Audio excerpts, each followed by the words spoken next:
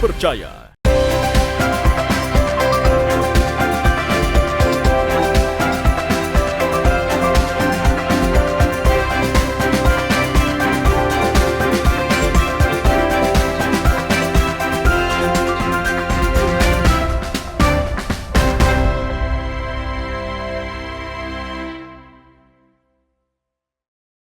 Selamat pagi saudara, apa kabar Anda hari ini? Jumpa lagi bersama saya Ece Dias dalam program acara Sapa Sorong. Nah saudara, kali ini kita kedatangan narasumber istimewa, yaitu Bapak Septinus Lobat, Wali Kota Sorong. Senang sekali hari ini kita diberikan kesempatan untuk bisa berbincang-bincang secara langsung dengan Bapak Wali Kota. Nah, masyarakat Kota Sorong saat ini sudah memiliki wali kota definitif setelah pilkada selesai. Ada sejuta harapan untuk pemimpin baru di Kota Sorong dari masyarakat untuk Kota Sorong yang semakin maju dan memiliki perubahan. Kita langsung saja berbincang-bincang dengan Bapak Wali Kota Sorong. Selamat pagi Bapak, apa kabar hari ini? Kabarnya baik, selamat pagi semua. Senang sekali saya diberikan kesempatan bisa berbincang secara langsung dengan Bapak Wali Kota kita hari ini. Pak, bagaimana perasaannya nih menjadi putra Moi yang berhasil memimpin di daerah sendiri? Baik, jadi terima kasih para pemirsa, terima kasih. Saya memang tadi ditanya perasaan apa ya setelah menjadi salah satu putra Moi pertama memimpin di daerahnya ya Kota Sorong. Tentu saya merasa senang. Kenapa senang? Karena tidak pernah saya terpikirkan bahwa suatu ketika saya bisa menjadi wali kota Sorong.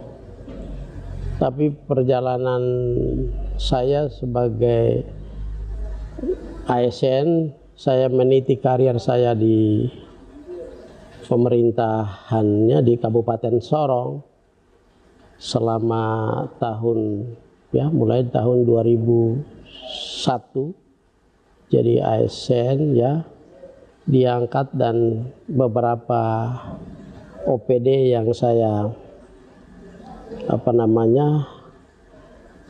menggeluti melaksanakan tugas sampai tahun 2022 bersamaan dengan terbentuknya Provinsi Papua Barat Daya, dan saya ditawarkan sebagai seorang putra asli Moi oleh Bapak Gubernur ya, Bapak PJ Gubernur Papua Barat Daya, Bapak Dr.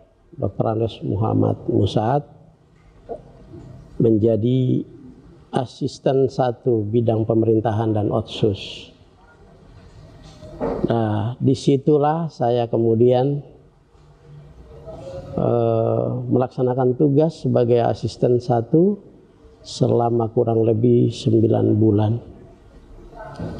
Dan pada saat itu kemudian saya diusulkan bersama putra-putra terbaik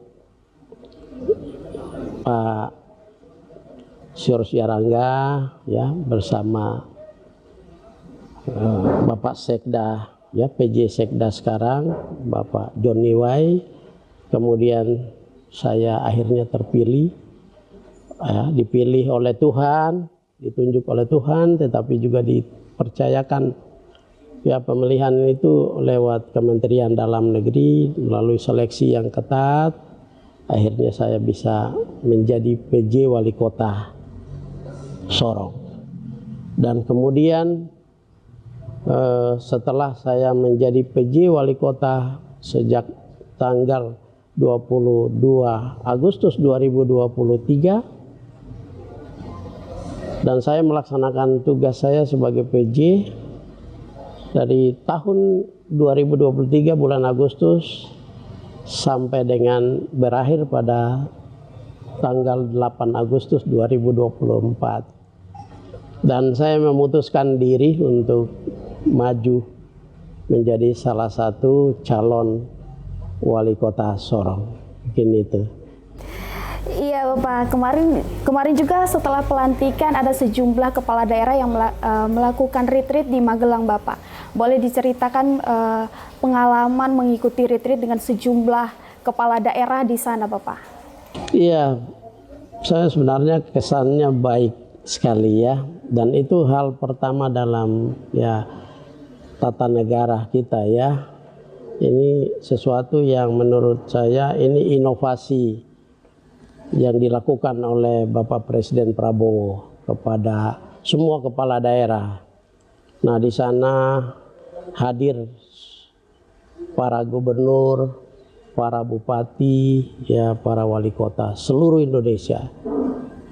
Ya, sejak tanggal 20 sejak tanggal 20 Februari 2025 kemarin, setelah kita dilantik dan besoknya tanggal 21 kami harus ada di Magelang selama 8 hari. Jadi dari 21 sampai dengan 28 itu kami ada di Magelang. Untuk apa? Kita hadir mengikuti pembekalan dari beberapa kementerian lembaga. Ya, tujuannya adalah ya bagaimana menyatukan satu visi Indonesia. Ya, semua kepala daerah harus dihadirkan oleh Bapak Prabowo untuk menyatukan satu persepsi, satu visi untuk membangun Indonesia. Membangun Indonesia menuju Indonesia Emas tahun 2045. Jadi ini hal yang menurut saya ya baik untuk semua kepala daerah. Saya pikir itu ya. Kalau boleh tahu nih Pak, kemarin mengikuti retreat ada sejumlah materi yang diberikan. Nah, menurut Bapak materi apa yang paling berkesan sewaktu mengikuti retreat kemarin Bapak? Iya, semua materi itu penting. Karena yang hadir memberikan materi adalah putra-putra bangsa, putri-putri bangsa yang sekarang memimpin di semua kementerian, ya, para menteri, ya, mulai dari menteri dalam negeri sampai semua menteri, ya, semua kelembagaan negara, ya, menteri-menteri itu memberikan materi, ya, kepolisian, kejaksaan agung, ya. Kemudian juga Bapak Wakil Presiden sendiri memberi materi, Bapak Presiden sendiri memberikan materi. Jadi materi ini ya semuanya penting.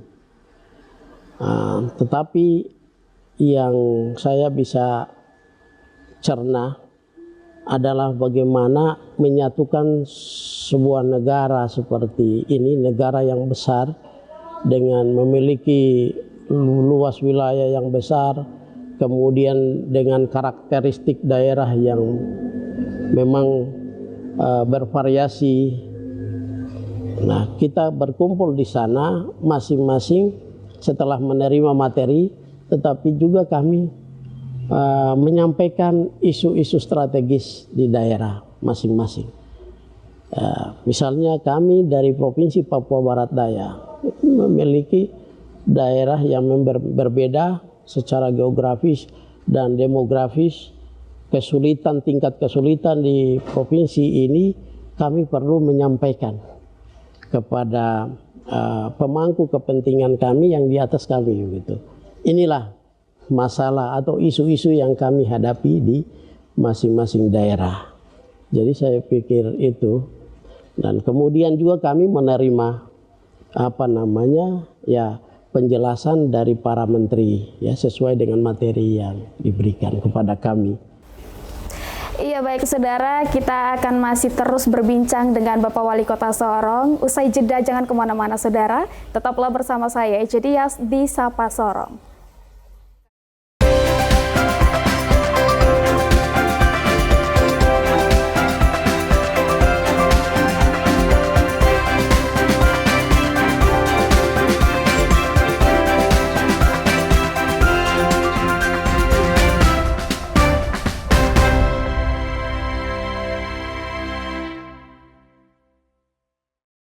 Saudara, terima kasih Anda masih bersama kami dalam Sapa Sorong bersama saya, Ece Dias. Kita masih akan terus berbincang dengan Bapak Wali Kota Sorong, Bapak Septinus Lobat.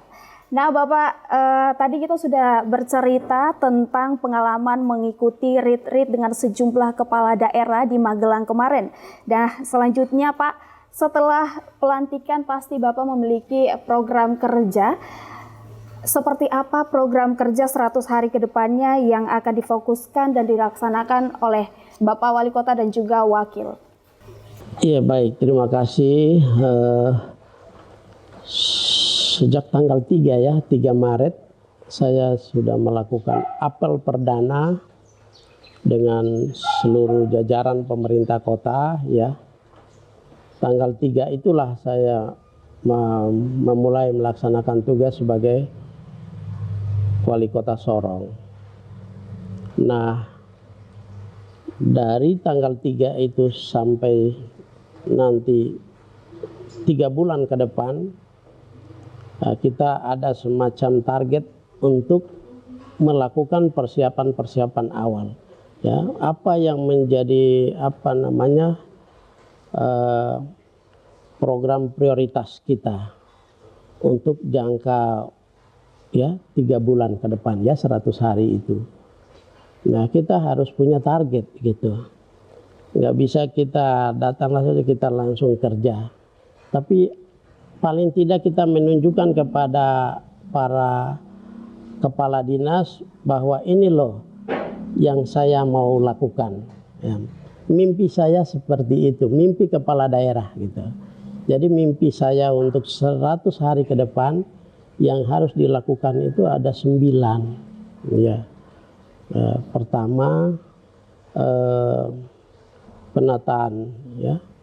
penataan organisasi ya ASN ya.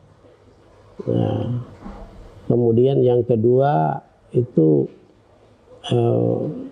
ingin pengelolaan ya, penataan dan pengelolaan PAD yang berbasis digital gitu. Kemudian juga ada pelayanan pendidikan gratis gitu. Karena saya merasa ini sangat penting untuk 100 hari ini. Kemudian juga ada pengendalian banjir ya, ada sampah ya.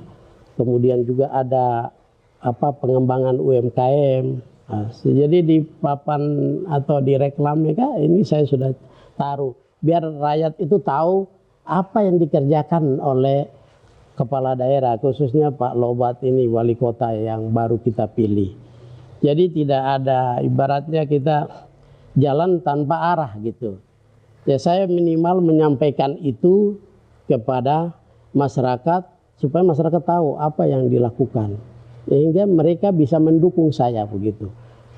Kemudian juga OPD harus tahu Bapak ini 3 bulan ke depan ancang-ancangnya apa. 100 hari itu bukan berarti kita tuntas. Tidak. Saya ingin menyampaikan bahwa 100 hari tidak ada seorang kepala daerah yang mampu untuk menyelesaikan sesuatu di 100 hari. Tapi minimal kita punya acuan sebagai seorang kepala daerah. Tidak bisa kucing dalam karung gitu. Jadi rakyat itu tahu apa yang dikerjakan oleh Bapak Wali Kota terpilih. Karena yang pilih saya bukan satu orang. Hampir 51.000 rakyat di Kota Sorong pilih saya. Jadi saya sampaikan apa yang saya mimpikan, ini menjadi mimpi kita bersama. Karena ini isu strategis dalam kota.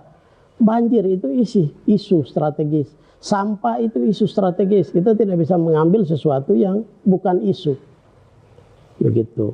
Pendidikan itu isu, masalah yang perlu saya angkat. Jadi perlu semua elemen ya, semua stakeholder harus mendukung.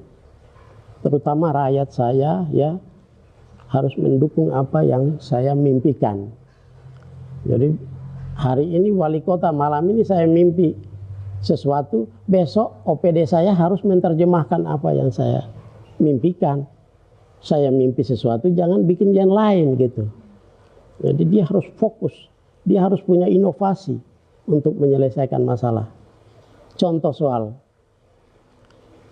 saya harus mengendalikan banjir di Kota Sorong. Ya, Kepala Dinas Bina Marga atau Cipta Karya, dia harus tahu apa yang dia kerjakan. Oh iya, 100 hari ini bagaimana langkah-langkah apa yang saya lakukan sehingga banjir di Jalan Sungai Maruni itu bisa berkurang minimal gitu. Atau di Kampung Bugis itu bisa minimal berkurang, atau di Perumnas itu bisa berkurang. Karena titik-titik banjir di Kota Sorong yang menjadi masalah ini kita tahu. Nah, saya tidak mungkin menyampaikan terus dia buat sesuatu yang di luar dari itu. Dia harus tahu permasalahan apa yang di kota, khususnya banjir. Nah, begitu pula ya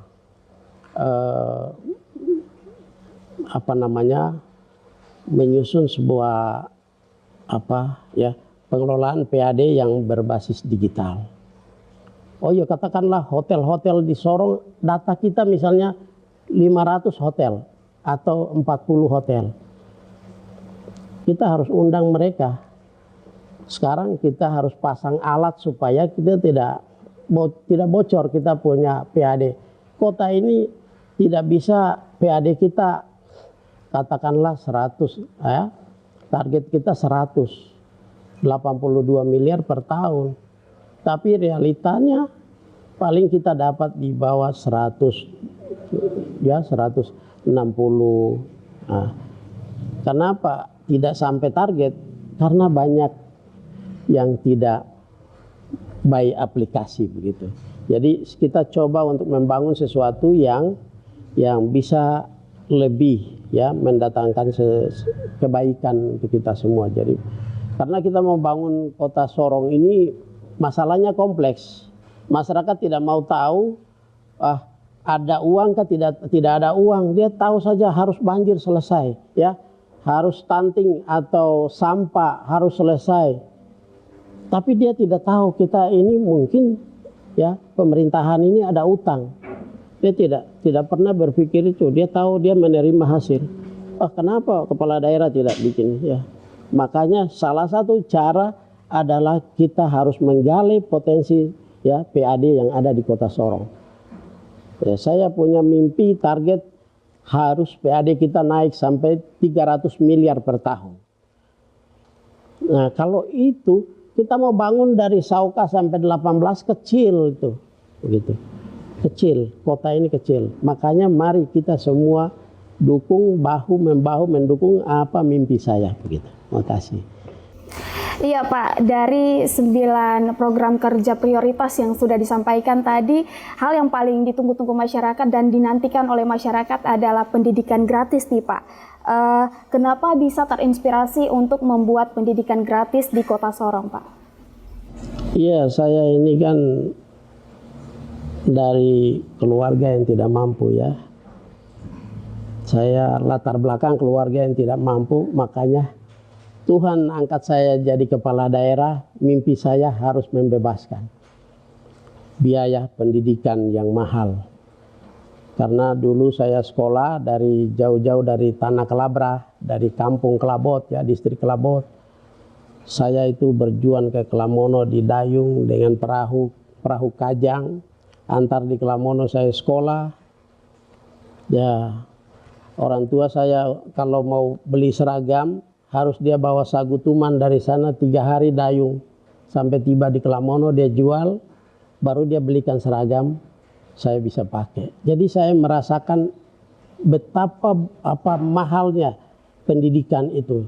Ketika Tuhan sekarang angkat saya, masyarakat juga percayakan saya mencoba untuk membebaskan biaya pendidikan yang mahal, khususnya Kota Sorong.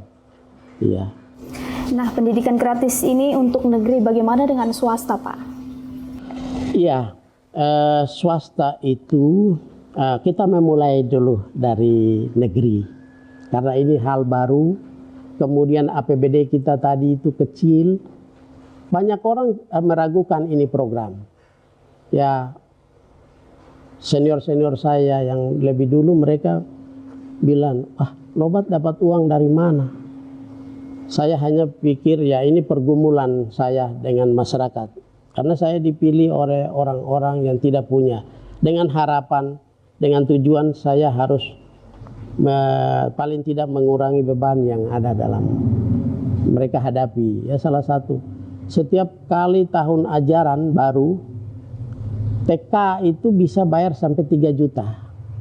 Ini TK, belum lagi SD, SMP, SMA, anak kita yang ya anak-anak dari masyarakat Kota Sorong yang mungkin kuliah di luar. Ini melilit masyarakat kita. Nah, jadi ini saya memang berjuang, berdoa supaya Tuhan memberi saya inspirasi, memberi saya kekuatan untuk melihat hal ini. Yang pertama saya terinspirasi adalah karena saya memang dari keluarga yang tidak mampu. Jadi kesempatan 5 tahun yang Tuhan berikan ini saya mencoba untuk membuat sesuatu untuk masa depan. Ya, generasi emas Papua. Peradaban, ya, tingginya sebuah peradaban atau peradaban sebuah bangsa itu kita meletakkan dari pendidikan. Tidak ada jalan lain kalau di bumi ini, hanya bisa kita melalui pendidikan baru kita bisa ke bulan kemana. Merubah dunia ini hanya dengan pendidikan. Jadi pikiran saya sederhana, tidak pintar, tidak hebat seperti orang, tapi yang Tuhan kasih hikmat untuk saya seperti itu. Jadi saya mohon dukungan. Pak, kalau pendidikan gratis berarti semua biaya digratiskan atau bagaimana Pak? Atau hanya sebagian saja, dan kapan dimulainya? Oh iya, tadi pertanyaan saya belum jawab tuntas masalah yang swasta. Ya, swasta itu sekarang kita negeri dulu 72 ya, baik SD, TK, SD, SMP dan SMA. Sekolah negeri di Kota Sorong 72. Dengan jumlah siswanya 26.895 totalnya. Nah, kita sudah mencoba untuk hitung, bisa kami bebaskan untuk negeri. Ya, kemudian untuk swasta, ya kami sudah mendapatkan data, nanti ada afirmasi, ada sekitar 4.000-an anak Papua yang ada di swasta, kita bisa intervensi. Jadi saya pikir untuk pendidikan gratis seperti itu. Nanti, oh ya, launchingnya nanti bulan Mei. Kita sudah launching dari TK, SD, SMP sampai dengan SMA. Berarti ini menjadi kabar gembira untuk masyarakat Kota Sorong karena tidak perlu pergi lagi sekolah di kabupaten untuk mendapatkan pendidikan gratis, tapi di Kota Sorong juga bisa mendapatkan sekolah dengan pendidikan yang gratis. Ya saudara, kita akan kembali usai jeda berikut. Tetaplah bersama saya Ece Dias dalam program acara Sapa Sorong.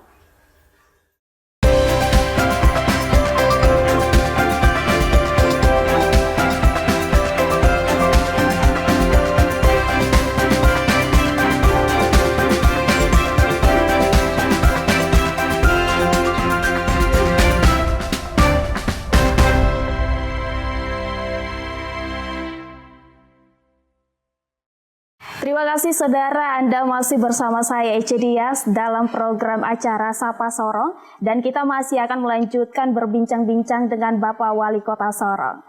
Nah, Bapak tadi sudah menyampaikan dan juga berbincang-bincang soal program 100 hari kerja Bapak. Namun ada juga program nasional yang harus Bapak laksanakan nih Pak, seperti makan bergizi gratis dan juga cek kesehatan gratis di hari ulang tahun. Untuk saat ini apakah Bapak sudah memantau pelaksanaannya untuk makan bergizi gratis dan juga cek kesehatan gratis, Pak? Iya, mungkin saya jawab dulu dari ya cek kesehatan gratis. Jadi nanti kami tunjuk 2 puskesmas. Ya, puskesmas Remu, nanti kita tunjuk juga salah satu puskesmas di Sorong Barat untuk cek kesehatan gratis untuk warga Kota Sorong. Sedangkan untuk makan bergizi gratis ya MBG itu memang kan dibiayai oleh dana APBN. Sekarang ini kita sudah melakukan langkah-langkah persiapan ya, persiapan untuk mengaplikasikan atau melaksanakan program ini ya. Jadi untuk makan siang gratis ya. Nah ini memang sebelum program ini masih menjadi isu, kami juga sudah menyiapkan anggaran, ya, anggaran untuk ketika memang dari secara nasional, misalnya itu dikembalikan ke daerah, kami sudah bisa siap. Tetapi sekarang secara nasional itu dibiayai APBN. Ya, memang langkah-langkah nanti kami akan menyiapkan tempat, ya, untuk menyiapkan tempat untuk masak, ya, dapur-dapur untuk bisa melaksanakan ini program. Saya memang baru semingguan full kerja, tapi saya belum rapat untuk buat checklist, ya, kegiatan apa yang kita harus lakukan dalam rangka persiapan mengimplementasikan program prioritas nasional makanan bergizi gratis untuk kita di Sorong. Dan ini juga masuk dalam program 100 hari. Urutan ke-9 itu makan bergizi gratis. Jadi selain isu-isu daerah, program 100 hari itu kami selipkan, ya, makanan bergizi gratis itu.